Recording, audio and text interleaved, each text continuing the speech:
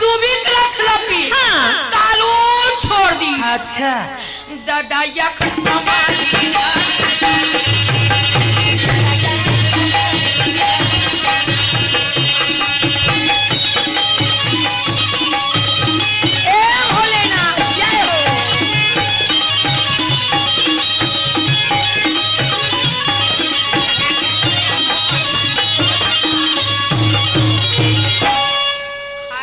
छोड़ दी। हाँ अभी अर्जुन सोचे एक बेर खात रहे हैं तब न छोड़ दे फल फूट खात रहे हैं छोड़ दे कका महाराज मल कहीं फल फूट के सुरता इतने देवा सुरता आगे से लाने इतनी लाने नाने नाने नाने ताल बेचारा दूबी रस पियत वो छोड़ दी तो भला सब छोड़ जाते तब ले भोलेनाथ के दर्शन अरे पता चली ये अर्जुन के है बड़े भैया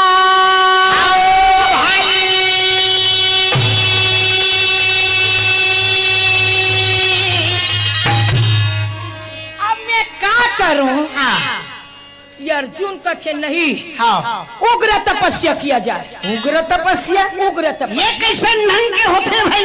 तो शंकर जी ला प्रसन्न करे बार अर्जुन उग्र तपस्या। अच्छा तो उग्र तपस्या कैसन होते? कैसन ढंग के भाई वो जानता हम नहीं जानन दादा।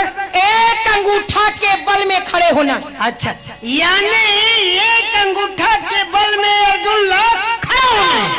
अच्छा और हाथ ऐसे फैलाना। अच्छा यानी दोनों ठन हाथ ला फैलाना है, मुंह ऊपर डहार। अच्छा मुंह ला ऊपर डहार खोलना है और श्वास ला रोकना है। अच्छा श्वास ला रोकना है। कट्टर में वाह राजीव वाले मन पूरा जाना तबला वाला कैसा ले खड़े रही।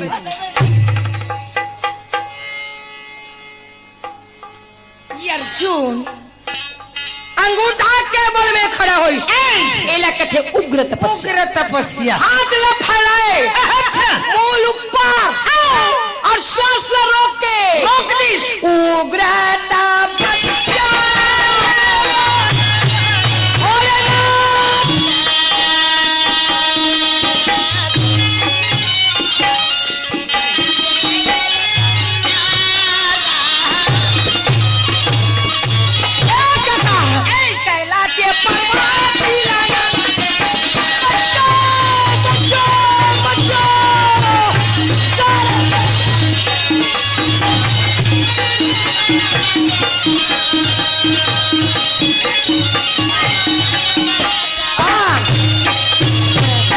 अर्जुन लगे तपस्या से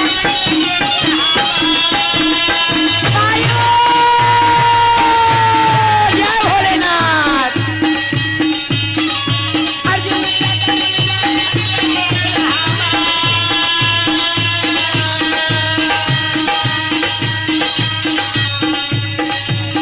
ये काका वहां से वही दे वो थे ना वो पर हल्ले ए वही दे वो थे सारा कैलाश पर्वत हिल गए और हिला दिए। भूकंप आ गए भूकंप भूकंप कैलाश में भूकंप सारा कैलाश हिले लगे। कोई देवता वो ये भागे पार्वती का सब देवता मन पहुंच गए। बोले माँ जी संभालिए कैलाश पर्वत में भूकंप आ गए। बेटा लगे समाधि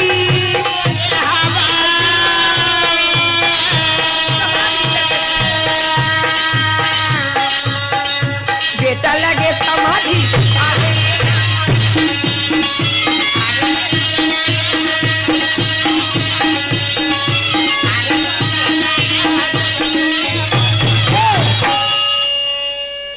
सब देवता मन। हेलो बोलिए पतित पावन श्री राजीलोचन भगवान की जय। पूर्ण शैला चित्तोत्पला त्रिवेणी संगम महारानी की पावन आरती। माँ गंगा की इस नदी के तट पर प्रारंभ होने के लिए सभी विप्र परिषद के ब्राह्मणगण सब उपस्थित हो चुके हैं। तो जितने भी यहाँ पर उपस्थित भक्तजन हैं, माताएं हैं, बहनें हैं, सभी से आग्रह है कि इस पवित्र आरती में सम्मिलित होकर अपने जीवन को सार्थकता प्रदान करें। नदी के तट पर आप अपनी उपस्थिति दें, वहां मां गंगा की सुंदर आरती संपन्न होगी और उसके पश्चात फिर मुख्य मंच में भगवान श्री राजीलोचन की पूजा अर्चना हम संपन्न करेंगे। बोलिए श्री राजीलोचन भगवान की जय। और इस गंगा आरती में आचार्य सर्वश्री पंडित अर्जुन नयन तिवारी जी, पंडित ब्रह्मदत्त शास्त्री जी, पंडित योगेश शर्मा जी, पंडित संतोष शर्मा जी, पंडित दिनेश तिवारी, पंडित कन्हैया तिवारी, पंडित ऋषि दुबे, प्रदीप दुबे, रूपेश शर्मा, संतोष मिश्रा, विकास शर्मा, सभी विप्र परिषद के और महिला मोर्चा से सुश्री छाया राही जी, श्रीमती साधना सौरभ जी, पूर्णिमा चंद्राकर जी और जितने भी सभी हमारे विशिष्ट अतिथिगण हैं, उन सभी सादर आग्रह कि वो अविलंब अपनी उपस्थिति मां गंगा के इस पावन तट पर प्रदान करें। प्रेम से बोलिए राजीलोचन भगवान की जय।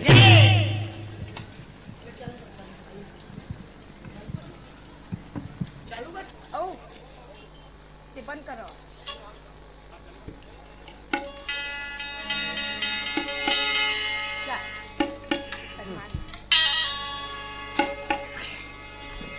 बोलो भक्त कर्मा माता की, राजीव माता की, गंगा मैया की, त्रिवेणी संगम माता की।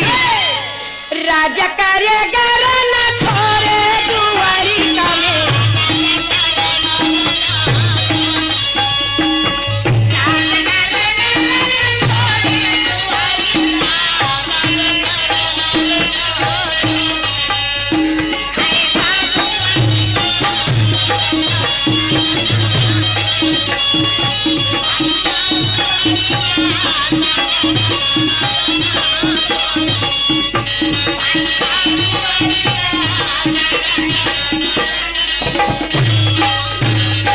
चमो देवता मनताई दौड़ा ना लागे भाई, पाया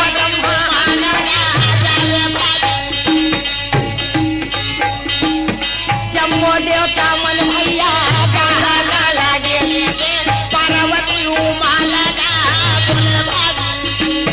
दौड़ता देवता मन भी राजा ना लागे।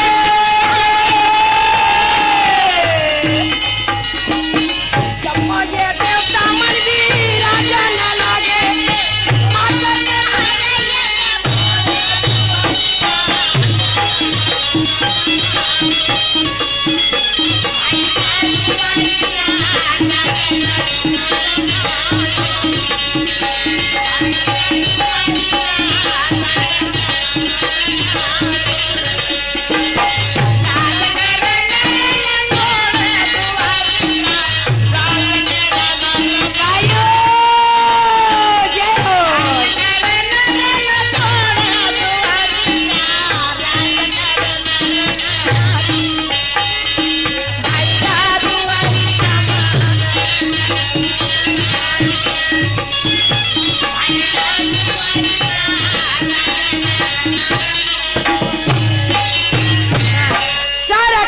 पर्वत जब हिले तो सब ऋषि मुनि देवता मन दौड़त दौड़त पार्वती कर पहुंचे। अब बोले माता जी बचाइए, बचाइए माता जी बचाइए। तो पार्वती बेचारी हरवीर यहाँ का हमार घर के मंडल कमंडल या खटिया गोर से उल्टा होत है। याद भोलेनाथ के यहाँ शंकर भगवान के लोढ़ा ढूल गए। पार्वती कथे में का करो दाई, कौन लड़का एक बार तपस्या करे थे भाई, सैगो कैलाश पर्वत लाई मिला दी, मोरे घर के खटिया गोरसी उल्टा होत है, या मंडल का मंडल ढूला थे दई। पार्वती दौड़त दौड़त भोलेनाथ जहाँ भोलेनाथ समाधि में लगे मग्न है। अब वो कर तीर में गिर, अब वो कर कान में अपन मुंह टेका दी। का कहते भोलेनाथ, भोलेनाथ भोलेनाथ धैर्य हो गए। पार्वती कथे जब देखो तब ले तो भले एक जगह बैठे रह गई। यहाँ का है जे कर देखो देकर। हाँ भाई अगर आगे धरा नहीं समाधि रात दिन समाधि बता भला जे कर देखो देकर एक जगह बैठा एक रे शक्ति दे के ज्यादा धन पियो ना ज्यादा धन उठे शक्ति घालो कर लीजिए। गलत भी है, चिलम लो भगवान हो। पार्वती कथे यागी लगे जवान बूढ़ा ये तो भला काका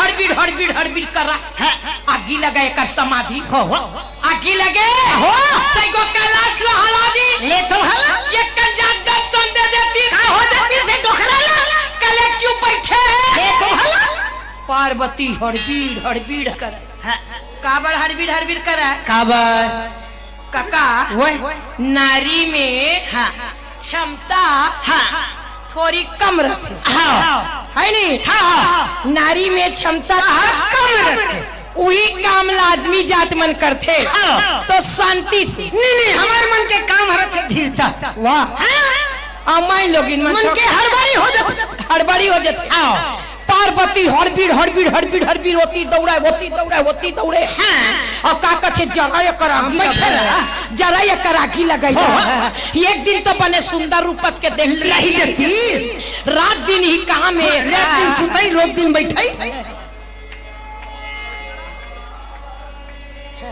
का वो नहीं जाना थोड़ी ढोकरा हाई वो सब ला जानते हो और जानबूझ के वो अनजान बरोबर वो जगह हम बैठे हैं का वो नहीं जानी सब ला जाना थे पार्वती हड़बीड़ करके मुहुल फुलो बैठीस नी ता शंकर जी कन्नखी ऐसे देखीस और कन्नखी देख के शंकर जी का कथे पार्वती चुप तेरे कहाँ के हड़बीड़ तो भला वो कौन है जानता मैं का जान हुआ कौन है तेल तब पार्वती का कहते तही जानता तो मैं जानत हूँ तब है जगह हम बैठे हाँ शंकर जी पार्वती पूछते कौन है हाँ तेलत बता शंकर जी कहे अरे यारी हस्तिना के रहने वाले कुंती के मंझला लड़का अर्जुन वो खबर है होई नारा तारी भगवान श्री कृष्ण के परम भक्त ओकर सामने मैं कुछ नहीं चुप रह सखिया नहीं तो वही देखना तभेद कथे नारी से देवता हरी अरे ओकर सामने मैं कुछ नहीं चुप रह वो मोल बलावत आप मन ला बुलावत है और जाके मैं दर्शन दूं और वो मोर दर्शन पाई और दर्शन पा के मोर करल मन इच्छा वरदान मांगी अच्छा आए थे और दूध तब बने और नीदूनी तो फिर देख में और राजीव नीलम कबड्डी रखे है कबड्डी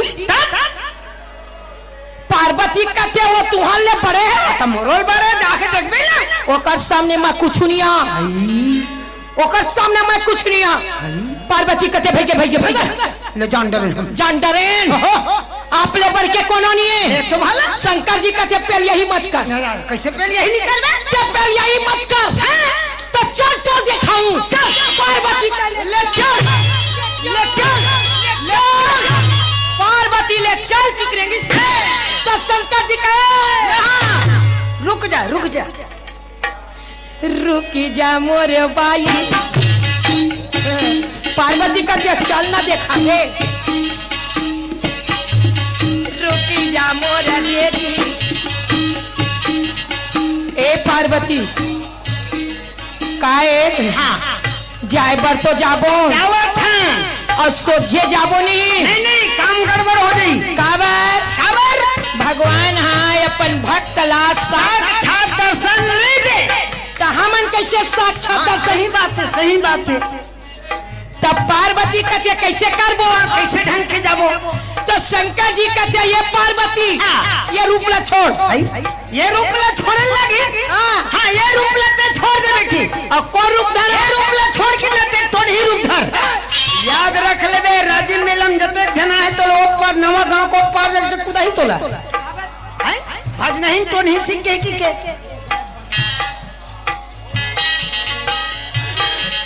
ए पार्वती तय बंजा सी करनी यानी बाहरी ढलने का छीन के बाहरी हो बाहरी मैं बनूं शिकारी ये देख छतरी ढल ले ए पार्वती अजत्ता हमर गण है ओ मल्ला बना दे कौन भी अये काका ओए खोला अच्छा वो छतरी हो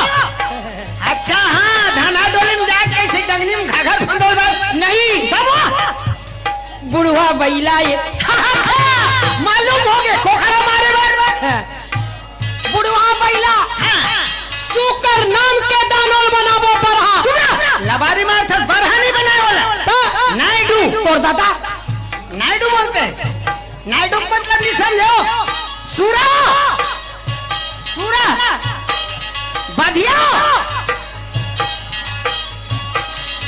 सुकर नाम के दानोल बनाए बरहा पार्वती बन गए शिकरनी शंकर जी बने शिकारी और जक्का गरिस बने ओमन बन गए कोल्ही दारा संदेह हो गया नारायण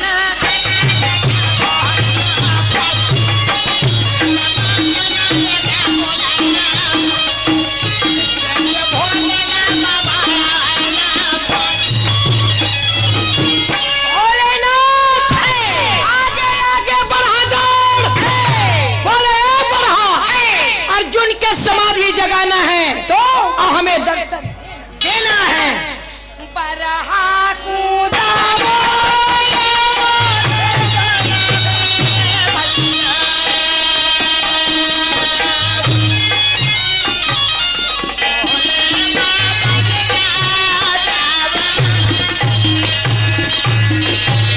अर्जुन लागे समाधि बैठे हमें भैया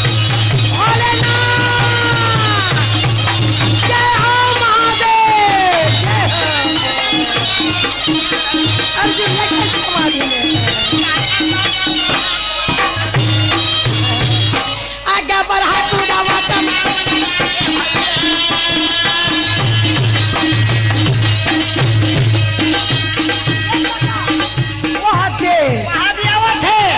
प्रगट हो गए पुरेश्वर महादेव आवत है आवत है ना हाँ आवत है प्रगट हो गया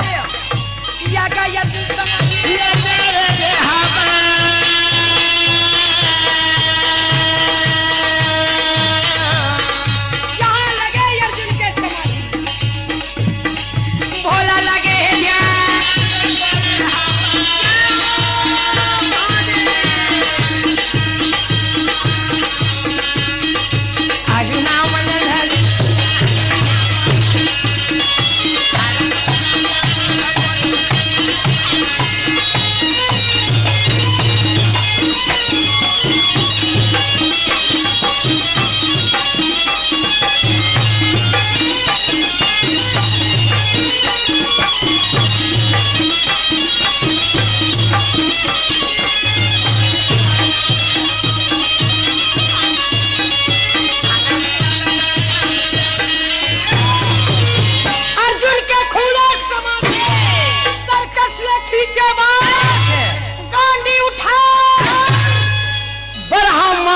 दौड़े लग गए अभी मुझे भोलेनाथ का दर्शन नहीं हुआ और मेरे तपस्या को जगाने वाले आज मैं बगैर मारे तुम्हें छोड़ूंगा नहीं। अर्जुन बरहा मारे जब दौड़े पीछे से शिकारी रूपी भोलेनाथ पहुंच गए। बोले वो तपस्वी अर्जुन ला तपस्वी अरे वो तपस्वी तो अर्जुन पलट के देखे क्या बात है मुझे रोकने वाले कौन? ओ तपस्वी ए बरहा मेरा शिकार किया हुआ बरहा है क्यों? और मेरा शिकार क्यों बरहा के ऊपर हाथ मत लगाना क्यों? अर्जुन के क्रोध बरहा डाले और पलट के शिकारी ढाल आगे बोले शिकारी तेरा शिकार किया हुआ बरहा मेरे तपस्या को भंग क्यों किया? शिकारी कहे बरहा मैं मारूंगा अर्जुन कहे बरहा मैं मारूंगा। दोनों में लड़ाई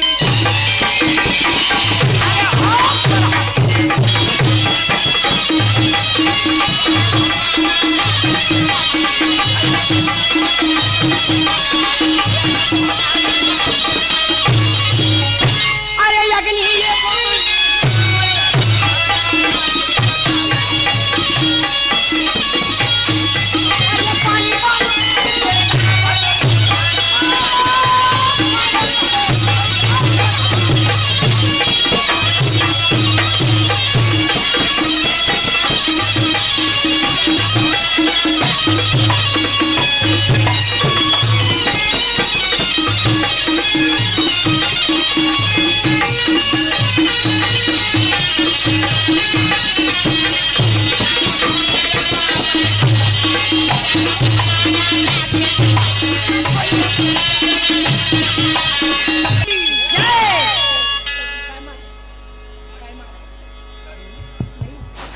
हेलो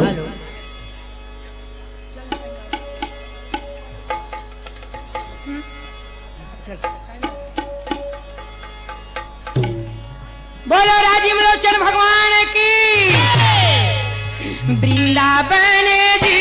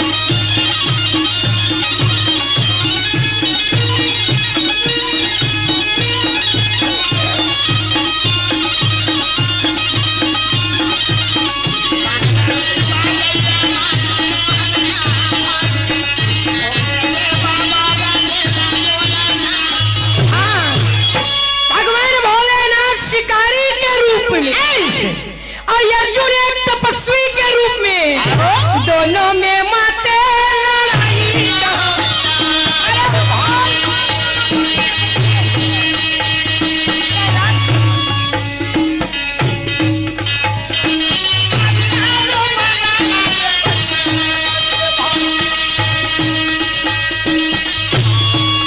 कैलाश के पर्वत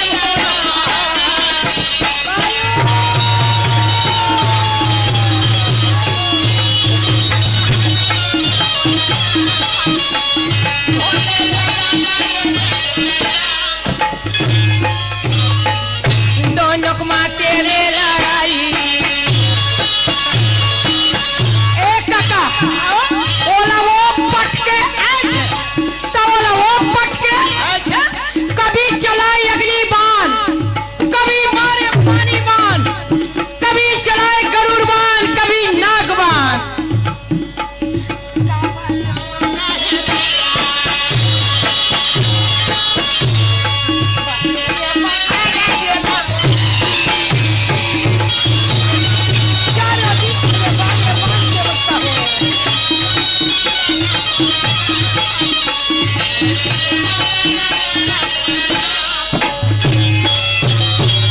शंकर जी 28 बाण अब मार बाण जब काल ले खींचे गन गन गन गन घिस अर्जुन लाभ तो अर्जुन बेहोश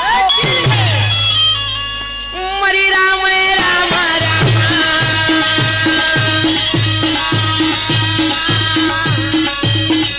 पार्वती भोला माते ये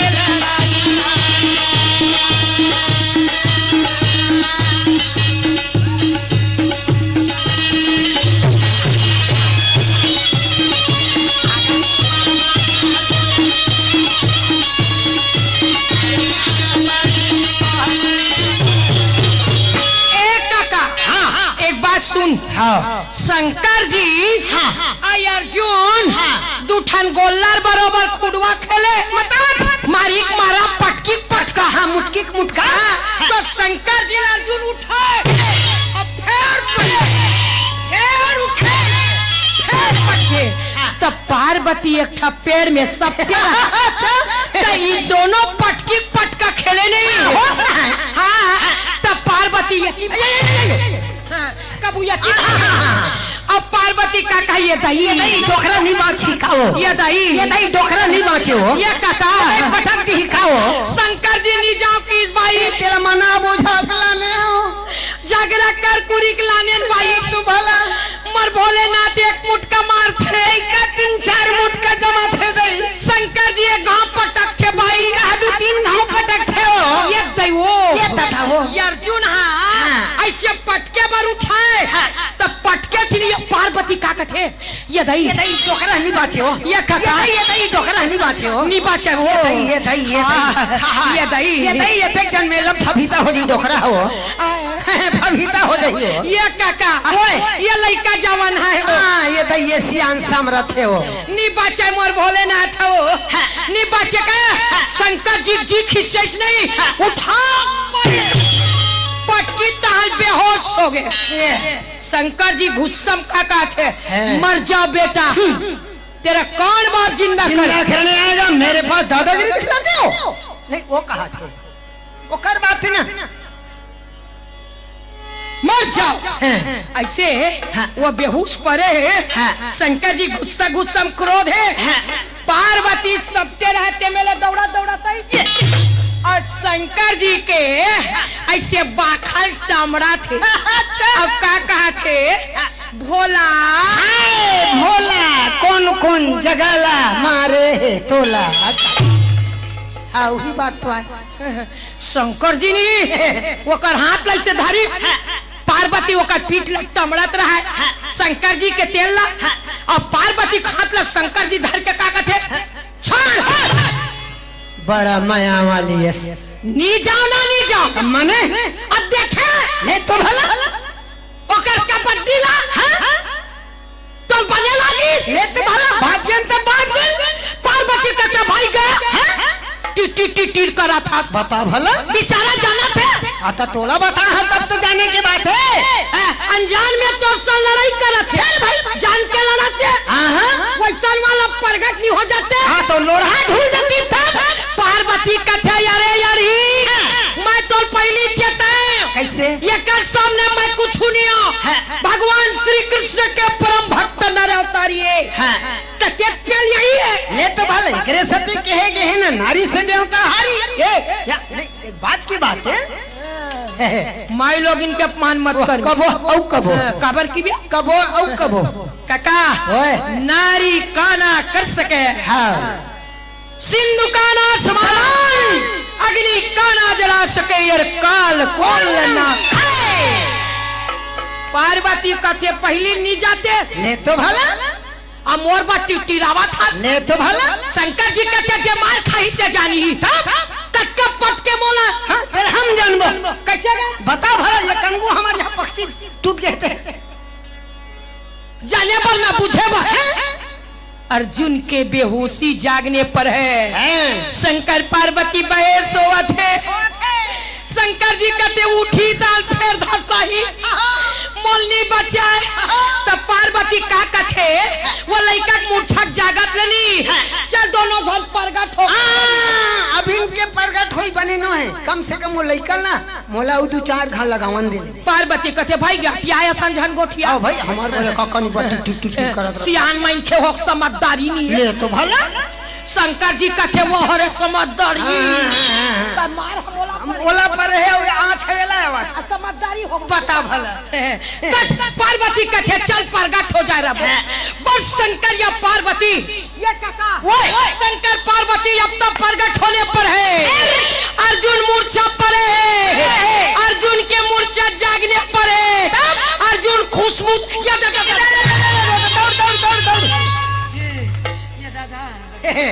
शंकर जी का पार्वती वो दे खुशबू सावत है, खुशबू सावत है। पार्वती लुकाए पड़े पार्वती लागू लाना थे। शंकर जी कहाँ है वो शिकारी, कहाँ है मेरा गांडी धनुष, कहाँ है वो बरहा। अर्जुन जब गर्जे निकली नहीं शंकर जी का तो पार्वती को दे दे तब पार्वती शंकर जी कोच के प्रगट हो जा प्रगट हो जा प्रगट हो जा वो करीब बुझा जाही चल प्रगट हो।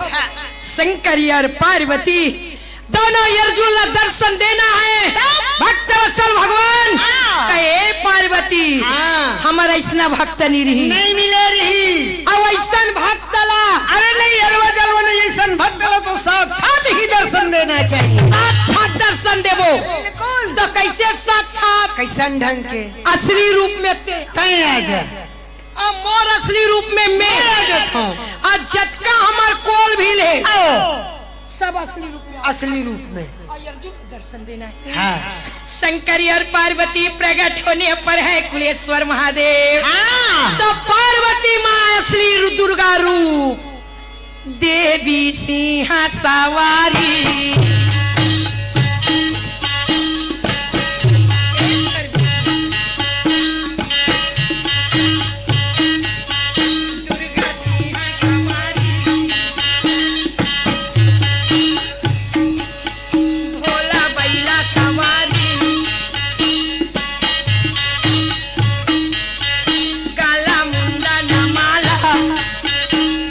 चांदा लगे कालिया नांगी बोलो शंकर भगवान की बाप रे भगवान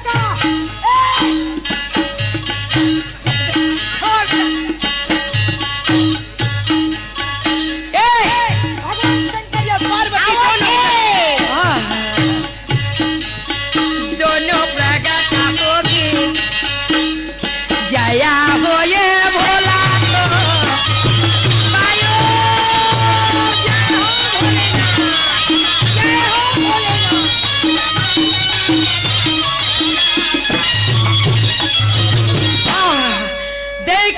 दृश्य काका श्री के सवारी अष्टभुजी रूप माँ दुर्गा पार्वती बैला के सवारी गला में मुंडन के माला दूज के चांद काला मुंडन माला ले भोलेनाथ प्रकट हो गए।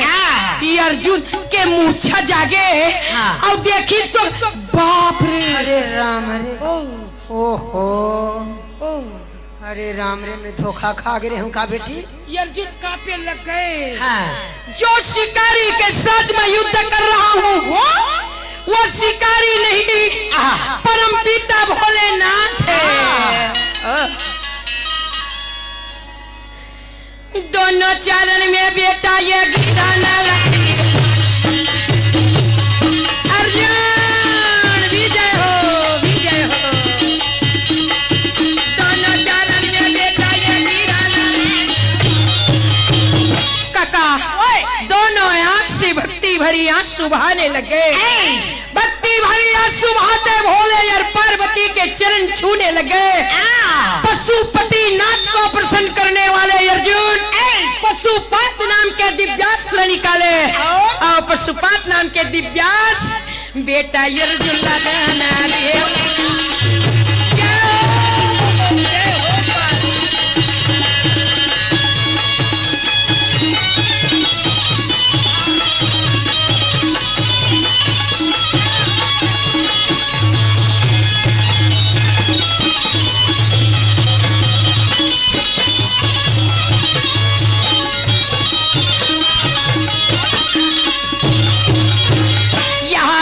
देख करके देवता बड़ा प्रेम के साथ फूल के वर्षा करने लगे।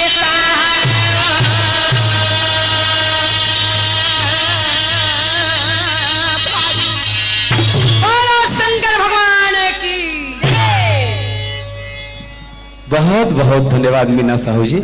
और एक बार ताली बजा करके मीना साहू जी का अभिनंदन करेंगे। बहुत सुंदर और शानदार प्रस्तुति अभी इस मंच पर पंडवानी की हो रही थी। पंडवानी के सभी कलाकार कृपया मंच पर आइएगा, सभी लोग एक साथ। मीना जी आप भी। और सम्मान का यह सुअवसर है और इस सुअवसर के लिए मैं आमंत्रण दे रहा हूं सुश्री छाया राही जी, टास्क फोर्स सदस्य, साधना सौरभ जी, धनमती साहू जी, सुनंदा जैन जी, देवकी साहू जी, पूर्णिमा चंद्राकर जी, रेखा सोनकर जी, कमला थवानी जी, सभी लोग आइएगा। आप सभी के कर कमलों से मीना साहू जी का अभिनंदन होना है। संस्कृति विभाग छत्तीसगढ़ शासन का प्रतीक चिन्ह और गुलदस्ता भेंट करते हुए हम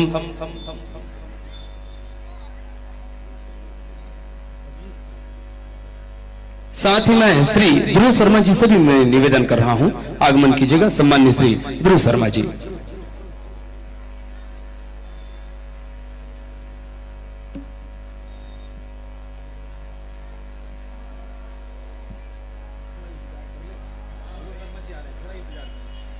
आइएगा, ध्रुव शर्मा जी से निवेदन।